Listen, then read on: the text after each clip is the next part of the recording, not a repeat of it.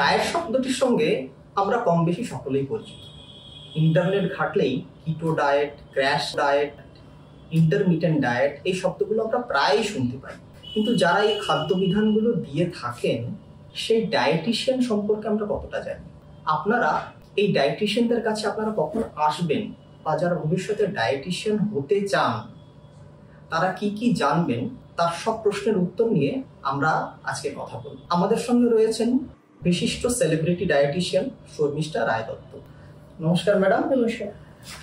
Diet সম্পর্কে তো আমরা কম বেশি সবাই জানি, কিন্তু আগে জানতে চাইবো যে একজন মানুষ একজন ডায়েটিশিয়ানের কাছে কখন আসবেন, আগে জানি।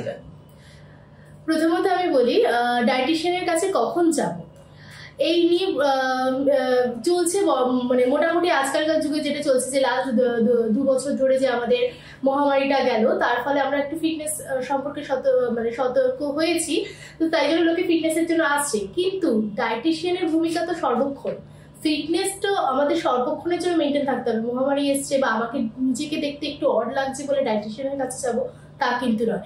নিজের ব্লাড প্যারামিটারসের সবকিছু মাত্রা ঠিক আছে কিনা সেই সমস্ত দেখেই কিন্তু আমাদেরকে নিজেদের ফিটনেসটাকে মাথায় রাখতে হয়।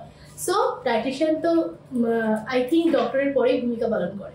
আচ্ছা, তাহলে আরেকটা কথা জিজ্ঞাসা করি, যারা ভবিষ্যতে, আপনি তো বোধহয় মানে যতদূর জানি যে প্রায় এই ফিল্ডে বা এই পেশায় আপনি 11 বছর কমপ্লিট করলেন, তো ভবিষ্যতে যারা ডায়েটিশিয়ান হতে চায়, মানে যারা হতে চায় বা এই পেশায় আসতে চায়, তারা কিভাবে আপনার এই পেশায় আসবে? এই পেশা আসতে গেলে অবশ্যই dietician is a noble profession, একটা সমাজে গুরুত্বপূর্ণ ভূমিকা পালন করছে। কিন্তু এই প্রফেশনে আসতে গেলে আমি সবার কাছে আগে রিকোয়েস্ট করবো, যারা আসতে চাইছে তারা প্রপার এডুকেশনের মাধ্যমে আসুক, প্রপার কোয়ালিফিকেশন নিয়ে আসুক। এই না হঠাৎ করে কোনো জায়গা থেকে ছোট একটা ডিপ্লোমা ডিগ্রি বা কোথাও থেকে একটা নিউট্রিশনের 2 দিন বা 3 দিনের একটা কোর্স করে নিলাম এবং নিজেকে নিউট্রিশনিস্ট হিসেবে পরিচয় দিলাম। তার এইসব করে মানে সমাজে কয়েক ডায়েটিশিয়ান বা কয়েক নিউট্রিশনিস্টের সংখ্যা বাড়ছে। তো আমার এটাই জুনিয়রদের কাছে আবেদন থাকবে, যদি ডায়েটিশিয়ান হতে চাও প্রপার এডুকেশন নাও, সায়েন্স বায়োসায়েন্স বা সায়েন্স নিয়ে পড়াশোনা করো, নিউট্রিশনটাকে রাখো সাবজেক্টে, BSc honours in food and nutrition করো, দেন এমএসসি করো। ইন্টার্নশিপটা মাস্ট, ইন্টার্নশিপ করতেই হবে, বিকজ সিনিয়রদের আন্ডারে থেকে হসপিটালে যদি আমরা ইন্টার্নশিপ বা কাজটা না শিখি তাহলে কিন্তু আমরা প্র্যাকটিস জগতে পেশেন্ট ট্রিট করতে খুব একটা মানে সক্ষম হব না। তো এই ধরনের পড়াশোনা, তার সাথে আরো এক্সট্রা রয়েছে, যেমন কি এক্সট্রা করে কোনো একটা পার্টিকুলার টপিকে, যেমন আমার রয়েছে ডায়াবেটিক এডুকেটরের আমি ডিপ্লোমা করেছি, তো এরকম বিভিন্ন রকমের স্পেশালাইজেশন আছে, সেটা এমএসসি কমপ্লিট করার পরেই আমরা করতে পারি। প্রপার এডুকেশন নিয়ে পড়াশোনা করে দেন এটা প্র্যাকটিস করো, কারণ কি সমাজে আমাদের একটা গুরুত্বপূর্ণ ভূমিকা বা রোল রয়েছে, সেটাকে ইগনোর করলে চলবে না। বা ঠিক আছে কিছু একটা নাম করানোর জন্য বা কিছু একটা ইন্টারনেট থেকে পড়ে নিলাম এবং লোককে বোঝাতে শুরু করে দিলাম, please don't do this. Okay, fine. তো আরেকটা জিনিস যে এই পেশা অনেকটাই ডাক্তারের মতনই, মানে আমরা দেখেছি যে মানে একদম বাস্তব সমাজে দাঁড়িয়ে আমরা দেখেছি যে ডাক্তার যখন একজন পেশেন্টকে ঠিক করে বা সুস্থ করে তোলে তখন তার তো ভীষণ প্রশংসা করেন সেই ডাক্তার সম্পর্কে। আপনাদেরও বোধহয় এরকম কিছু আছে যে হয়তো আপনার একটা ডায়েট দেওয়া চার্টে তিনি ভীষণভাবে উপকৃত হলেন এবং নিশ্চয়ই আপনাদের প্রশংসা তিনি করেন। আবার অনেক ক্ষেত্রেই আমরা দেখেছি যে চিকিৎসায় যদি একটু গাফিলতি হয় সেক্ষেত্রে ভীষণ রকম ভাবে তাদের মানে চরম হেনস্থার মুখে পড়তে হয়। তো আপনাদেরও তো সেই রকম একটা বিষয় থেকে থাকে, মানে সবাই যে ডায়েট চার্ট নিলেই যে তারা উপকৃত হবেন, বা অনেকে হন না, কিন্তু যারা হন না তাদের থেকেও কি আপনারা সেই রকম বিহেভ কি মানে পান? মানে এটা জানা আমার খুব দরকার, কারণ যারা ভবিষ্যতে যারা এই পেশাটায় আসতে চায়, যারা ভবিষ্যতে এই পেশাটা ভাবছেন যে নেব আমি, তাদেরও মানসিকভাবে প্রস্তুত হওয়া দরকার আমার মনে হয়। তো এই বিষয়টা মানে কতখানি আর কি যখন প্রফেশনে ঢুকছেন সেখানে পজিটিভ নেগেটিভ দুটো দিকই রয়েছে, কার্জিয়াসলি আমাদেরকে হ্যান্ডেল করতে হবে।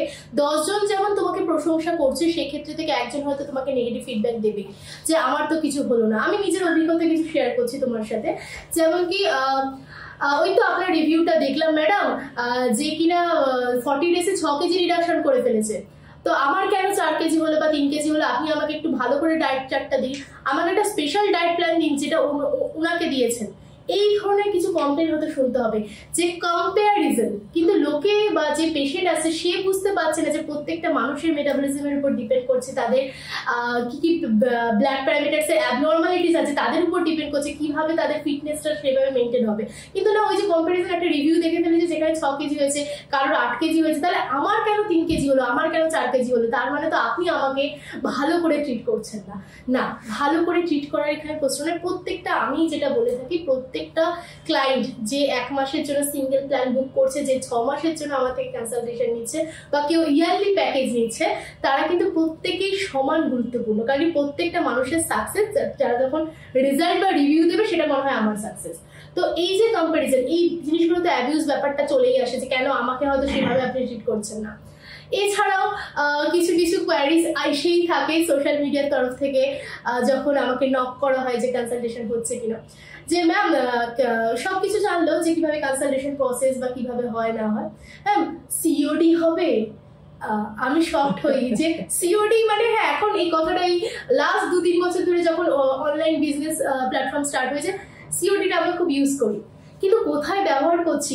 ক্যাশ অন ডেলিভারি জিনিসটা কি? ডায়েটিশিয়ান থেকে আপনারা কি ক্যাশ অন ডেলিভারি চাইছেন? নট অনলি দ্যাট, আরো অনেক কিছু।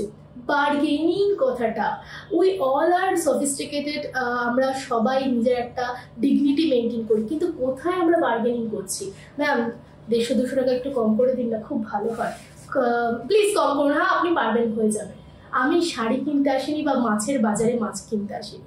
সো এই ধরনের ব্যাপারগুলো অবশ্যই আমি তো অভিজ্ঞতা এক্সপিরিয়েন্স নিয়েছি, তো এগুলো হতেই থাকে। মানে এটা যে ডাক্তারদের মতনই একটা নোবেল প্রফেশন এবং যতটা রেসপেক্ট একটা ডাক্তার পাওয়া উচিত, আমার মনে হয় একজন ডায়েটিশিয়ানও মানে সেই রেসপেক্টটা ডিজার্ভ করে। আচ্ছা, আরেকটা জিনিস জিজ্ঞাসা করি, আমরা অনেক সময় দেখি যে অমুকের একটা ডায়েট ফলো করে উনি বেশ উপকৃত হয়েছেন, আমরাও কি করি, আচ্ছা তোর ডায়েট চার্টটা একটু দে তো দেখি, আমি ওটা যদি আমি ফলো করি। অনেক ক্ষেত্রেই দেখা যায় যে এক্স লোকের ডায়েটটা নিয়ে ওয়াই লোক ফলো করার চেষ্টা করেন, এটা কতখানি ঠিক?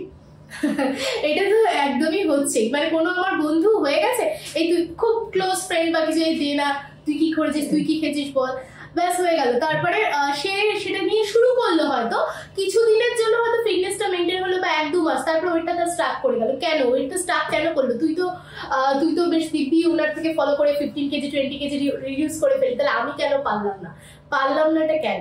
কারণ কি, প্রত্যেকটা মানুষের ক্যালোরি ভ্যালু আলাদা, তাদের কাজের ধরন আলাদা, তারা কিভাবে মেন্টাল প্রেশারে রয়েছে, তাদের কি কি সারাদিনের কাজ করবো, সমস্ত কিছু জিনিসটা, দুটো মানুষ তো ডিফারেন্ট, তাদের দুটো মানুষের ডায়েট প্ল্যান কি করে এক হতে পারে? তাই জন্যই কিছুদিন হয়তো ফলো করলে রেজাল্ট হলো, তারপরে গিয়ে স্টার্ট হয়ে গেল, ফিটনেস আর ডেভেলপ করছে না, হয়তো দেখা যায় নিউট্রিশনের আন্ডার নারিশমেন্ট হয়ে গেল, মানে নিউট্রিশন ডেফিসিয়েন্সি ক্রিয়েট হয়ে গেল, সেটাও হতে পারে। সুতরাং একদমই উচিত নয় এক্সেপ্টটা ওয়াইকে ফলো করা। 1 দশকেরও বেশি সময় ধরে আপনি এই শহরে প্র্যাকটিস করছেন এবং বেশ সফলভাবেই প্র্যাকটিস করছেন।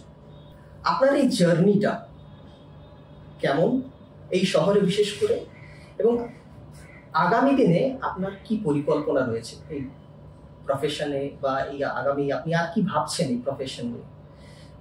প্রথমত অবশ্যই আমার প্রফেশনকে আমি অ্যাজ এ গড হিসেবে ট্রিট করি, অ্যান্ড এই প্রফেশনে আমি নিজে আরো নতুন, যে 11 বছর তো জার্নি হয়ে গেল, আরো যাতে সুন্দর করে আমি পথটা চলতে পারি, তার জন্য পেশেন্ট কেয়ার সার্ভিসটাকে আমি বেশি গুরুত্ব দিচ্ছি।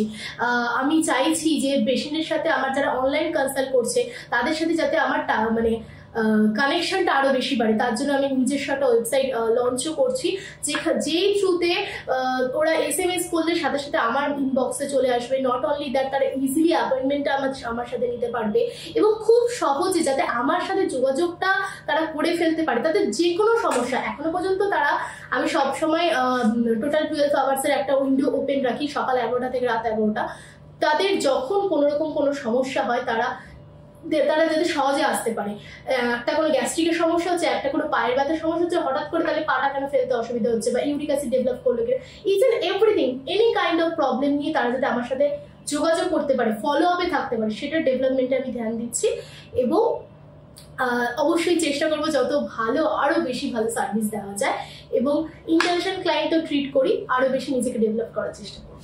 আরেকটা চেষ্টা করছি যারা আমার জুনিয়র রয়েছে তাদেরকে সাথে নিয়ে কাজ করা, যাতে আমি তাদেরকে ট্রেন করি আমার মানে দেশের বিভিন্ন প্রান্তে বা বিভিন্ন যেটা প্রান্তিক জায়গা যেখানে হয়তো নিউট্রিশন বা ডায়েট সম্পর্কে তারা বোঝে না, সেই সব জায়গাতে আমি কাজ করতে পারি এবং বিভিন্ন যে আমার প্রোটোকল বা বিভিন্ন আমার যে উদ্দেশ্যগুলো রয়েছে সেগুলোতে আমি যাতে সফল হতে পারি, সেটাই আমার ভবিষ্যতের প্ল্যান। তাহলে যদি আপনার ডায়েটের প্রয়োজন হয় তাহলে একজন প্রপার ডায়েটিশিয়ানের পরামর্শ নিন। রামেরটা কিংবা শ্যামের ডায়েট আপনাকে ফলো করতে হবে না, করলেই কিন্তু বিপদ, ঠিক আছে? এবং ভবিষ্যতে যারা ডায়েটিশিয়ান হতে চান তারা যে যে বাধার সম্মুখীন হবেন সেটা আগে থেকে জেনে নিন।